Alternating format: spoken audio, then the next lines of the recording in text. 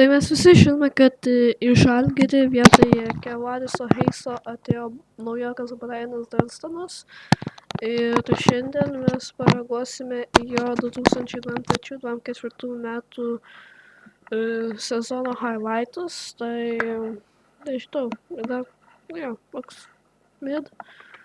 Norėjau paklausti, kokia jūsų nuomonė apie Brainą Dunstoną, nes man tai, nežinau, toks senas, bet jei būtų porą metų jaunesnis, manau, geras būtų. Šitą buvau, kai žaidė prieš Virtus Bologną tą arenai, tai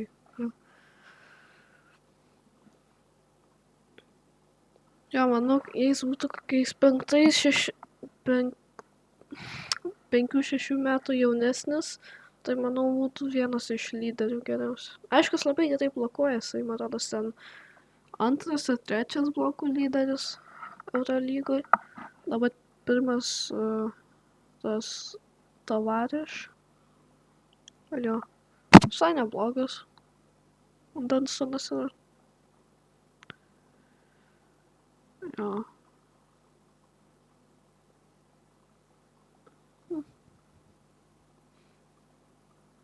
Ui, koks pas. Oi, šašlykas beveik buvo.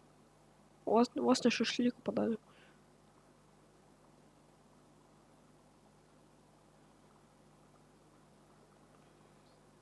Tiesiog laisvas. Su pick and rollu sužaidė. Pick and rollą.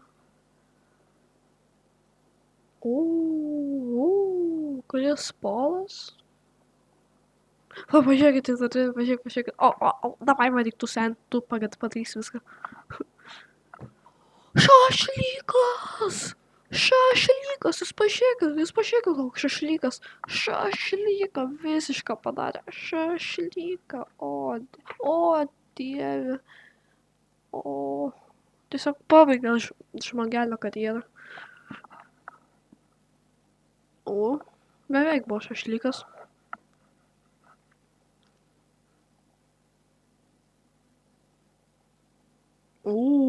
Kris Polas vėl?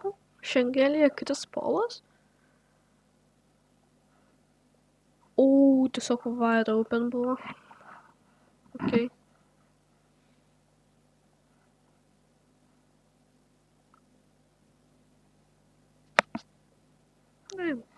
Neblogas visai.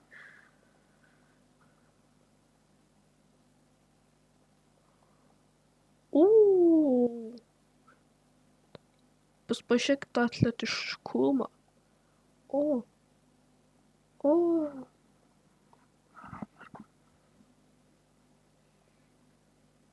Damn.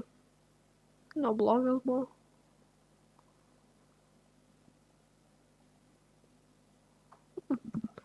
%20 šašlykas ant Matejūno buvo. Šašlykas!